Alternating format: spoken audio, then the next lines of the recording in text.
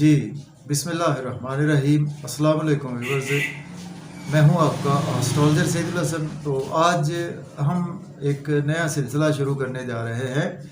पंच महापुरुष योग के मतलब हम ये बात करेंगे। तो हर योग की हम अलहदा से एक एक वीडियो बनाएंगे। तो जैसा कि मैंने पहले आपसे जिक्र किया था, तो पंच महापुरुष योग हमारी वैदिक एस्ट्रोलॉजी में मैं आपको बताता चलूँ कि क्या होते हैं। देखिए, पंच महापुरुष का मतलब ये होता है कि ग्रेट मैन। तो ये जो पंच महापुरुष योग में से अगर आपके हॉरोस्कोप में कोई भी एक ऐसा योग है जो इन्हीं पंच महापुरुष योग में से है, तो आपको ये बहुत ग्रेट मैन बनाते हैं लाइफ में।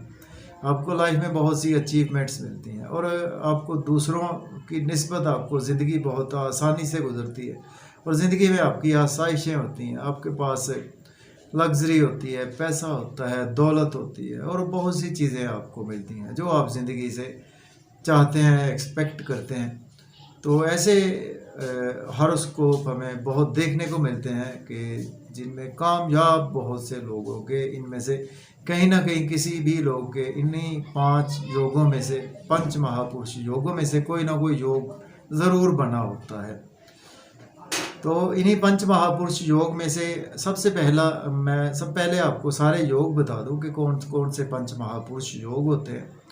सबसे पहला होता है हमारा पंच महापुरुष योग में, वो होता है जी हमसा योग। हमसा योग होता है ये जब जुपिटर के रिगार्डिंग ये हमसा योग होता है। तो इस पर मैं बाद में बात करूँगा। इसके साथ दूसरा योग होता है हमारा शश योग होता है, वो सैटर्न के मतलब होता है। तीसरा योग हमारा होता है भद्र योग, वो मरकरी के मतलब होता है। और चौथा योग हमारा होता है रोचक योग, वो मार्स मंगल के मतलब होता है। पांचवा योग हमारा होता है मालवीय योग, वो होता है वीनस के रिगार्डिंग वो योग होता है।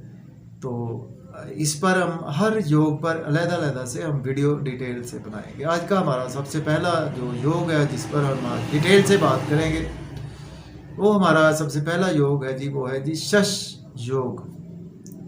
आज हम इसी योग पर बात करेंगे कि शश योग हमारे हॉरोस्कोप में कैसे एक्टिव होता है और किस तरह से हमारे पैदाइशी जायचा में शश नामक योग बना होता हो तो हम कैसे ज़िंदगी की ऊंचाइयों, बुलंदियों तक जाते हैं। सबसे पहले मैं बात करूं कि शश नामक योग होता क्या है। ये पंच महापुरुष योग में से एक योग है। तो ये आपको एक ऐसा जो योग है जो आपको ज़मीन से आसमान की बुलंदियों पर ले जाता है। तो शश योग में बहुत से आपको मैं मिसालें दे सकता हूँ कि जिनके कामयाब लोगों के हॉरोस्कोप में ये शश नामक योग है। तो शश नामक योग जो होता है जी, ये सैटर्न हमारा स्यारा ज़ोहल जो है वो, देखिए स्यारा ज़ोहल के 2 हाउसेस हैं। स्यारा ज़ोहल 10वें घर का मालक है, स्यारा ज़ोहल 11वें घर का मालक है। मीन्स के कैप्रिकॉर्न और एक्वेरियस का मालक स्यारा ज़ोहल है, मीन सैटर्न है।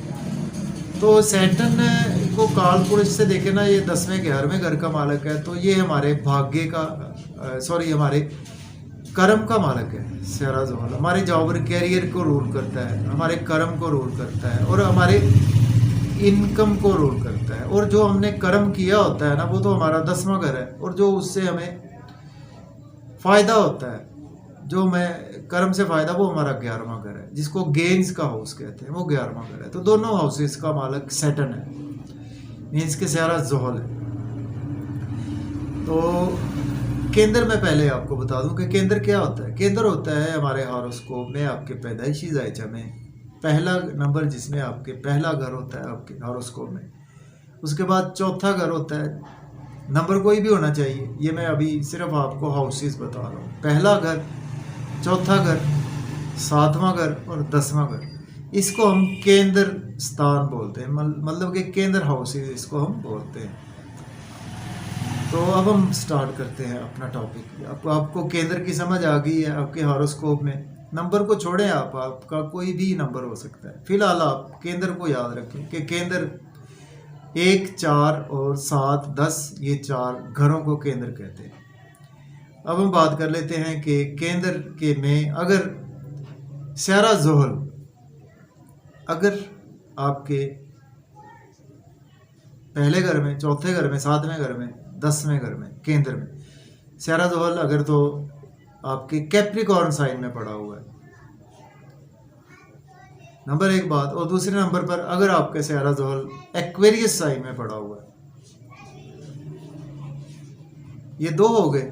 तो इसको आप चेक करें अपनी कुंडली में, अपने हॉरोस्कोप में चेक करें कि आपके हॉरोस्कोप में केंद्र में आया कि अपने ही घर में, मीन्स के कैप्रिकॉर्न साइन में 10 नंबर में या 11 नंबर में सैटर्न अपने घर में अगर केंद्र में मौजूद है, तो देन आपका शश नामिक योग एक्टिव है, आपका बिल्कुल बना हुआ आपके हॉरोस्कोप में।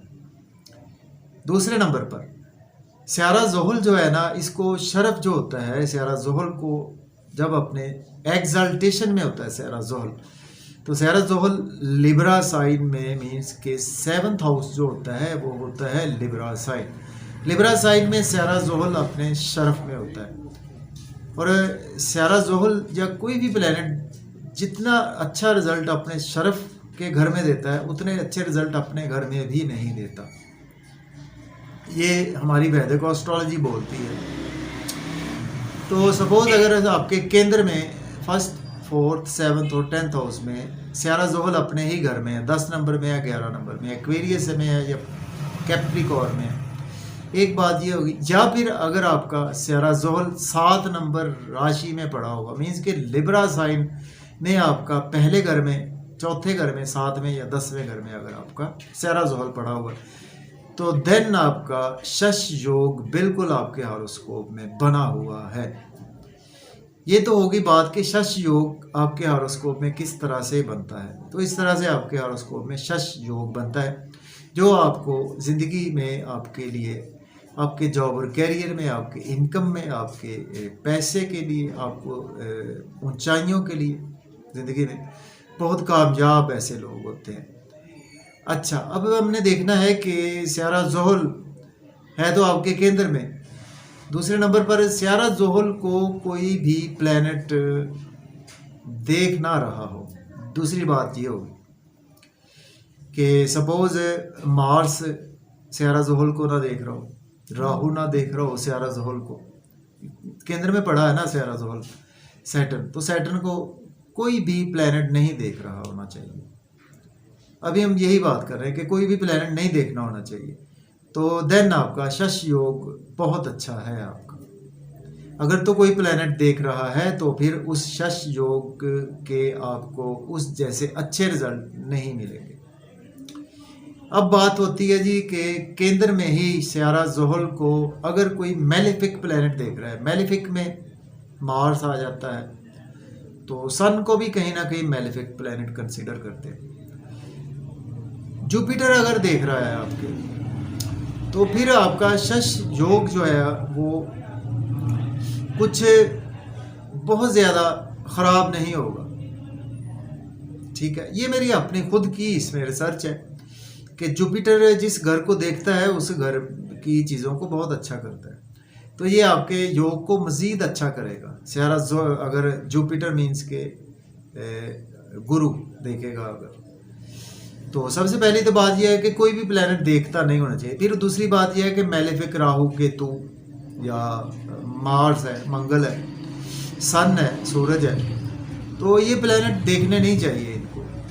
ठीक है, अगर सपोज कोई देख रहा है तो जुपिटर देख ले तो फिर ये अच्छा योग बन जाता है। चले, ये तो बात होगी कि कोई प्लैनेट ना देखे तो फिर ये योग बहुत अच्छा होता है। इसको भी आपने अप्लाई करना है अपने हॉरोस्कोप में। ठीक है, और इसके बाद बात ये है कि हमने इसकी स्यारा ज़ोहल की डिग्रीज को भी चेक करना है। देखें, ये एक साइंसी इल्म है, इसको आपने ये नहीं कि बिल्कुल ही आपने देख लिया कि आपके तो जनाब शश योग एक्टिव है, बना हुआ है, तो आपको मंगल भी देख रहा है शश योग को, आपके जहाँ पे सैटर्न बैठा हुआ है 5, चाहे अपनी उच्च राशि में बैठा, चाहे अपने घर में बैठा हो, राहु देख रहा है, केतु देख रहा है, तो आप कहेंगे जी मेरा शश योग है, तो ये बिल्कुल नहीं, आपका शश योग अच्छे रिजल्ट नहीं देगा। डिग्री अच्छी होनी चाहिए। स्यारा ज़ोहल की आपके हॉरोस्कोप में डिग्री, पहली डिग्री नहीं होनी चाहिए, मीन्स के 2-3 डिग्री नहीं होनी चाहिए, एंड की डिग्री नहीं होनी चाहिए, 28, 27, 30 तक की डिग्री नहीं होनी चाहिए। पहली डिग्री हमारी एस्ट्रोलॉजी में हर प्लैनेट की 1 से लेकर 30 डिग्रीज होती हैं। तो पहली से जो होता है ना, मैं आपको बताता चलूँ, ऑलमोस्ट 8 डिग्री तक वो प्लैनेट एक हम उसको बच्चा कंसीडर करते हैं। तो जो प्लैनेट सबसे अच्छा डिग्री वाइज होता है वो 8 डिग्री से ऊपर या 10 डिग्री से ऊपर 16 डिग्री तक या 18 डिग्री तक वो प्लैनेट अपने फुल जॉबर में होता है, वो बहुत अच्छे रिजल्ट देता है। फिर जब एंड की डिग्री में आता है तो वो प्लैनेट बूढ़ा हो चुका होता है, वो यहाँ वहाँ से जा रहा होता है। और जब स्टार्ट होता है तो वहाँ आ रहा है ना, तो ये फिर जा रहा है। मतलब मैं आपको बड़ा इजी तरीके से समझाने की कोशिश कर रहा हूँ। ठीक है जी, आपकी डिग्रीज अच्छी होनी चाहिए इसकी, सैटर्न की। अभी सैटर्न की शश योग की बात हो रही है। दूसरे नंबर पर कोई क्लोज प्लैनेट एक और मैं बताऊंगा आपको। देखिए, ये इस तरह से आपको कोई नहीं बताएगा कि शश योग इसको हम किस तरह से इसको अप्लाई करना है अपने। देखिए, डिग्रीज एक तो अच्छी होनी चाहिए, 8 डिग्री से ऊपर होना चाहिए, बल्कि मैं कहूँगा कि 10 डिग्री से ऊपर होना चाहिए। और 10 और 20 डिग्री के दरमियान हो तो बहुत अच्छा है आपका। ठीक है।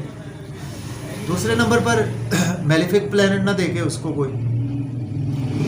तीसरे नंबर पर स्यारा जोहल और उसके बिल्कुल नियर बाई, सपोज स्यारा जोहल की आपके हॉरोस्कोप में 10 डिग्री है, तो उसके बिल्कुल करीब करीब देखें कि किस प्लैनेट की डिग्री है। अगर तो आपके स्यारा जोहल के साथ कोई भी प्लैनेट है वो 10 डिग्री 30 मिनट पर है या 10 डिग्री 45 मिनट पर चल रहा है, या कि आप इसकी स्यारा जोहल की 10 डिग्री है, उसकी 11 डिग्री है, ये बिल्कुल क्लोज हो गए ना आपस में। तो जब ये क्लोज हो जाएंगे तो शश योग तो आपका है, लेकिन ये उस तरह का काम नहीं करेगा। ठीक है, इसको हम एक वृद्धि कहते हैं कि प्लैनेट्स का आप में एक क्रोध हो चुका है, क्रोधी कहते हैं इसको। तो फिर भी आपका उस तरह का एक्टिव नहीं होगा ये शश योग। देखें ना, एस्ट्रोलॉजी कितनी एक साइंस है, साइंसी इल्म है कि कितनी कैलकुलेशंस का इल्म। आप इस तरह से इसको देख सकते हैं कि हम किसी भी एक योग को देखने के लिए हमने कितनी चीज़ें देखनी। और चीज़ मैं आपको बताता हूँ, इस योग को देखने के लिए आपने डिविजनल चार्ट्स देखने हैं। डिविजनल चार्ट्स में आपको इसकी प्लेसमेंट बहुत अच्छी होनी चाहिए। जितनी अच्छी प्लेसमेंट आपके डिविजनल चार्ट्स 60 तक डिविजनल चार्ट्स होते हैं हमारे, जो हमने देखने होते हैं। सबसे जो इम्पोर्टेंस हासिल है ना, वो आपने देखना है D9 चार्ट को।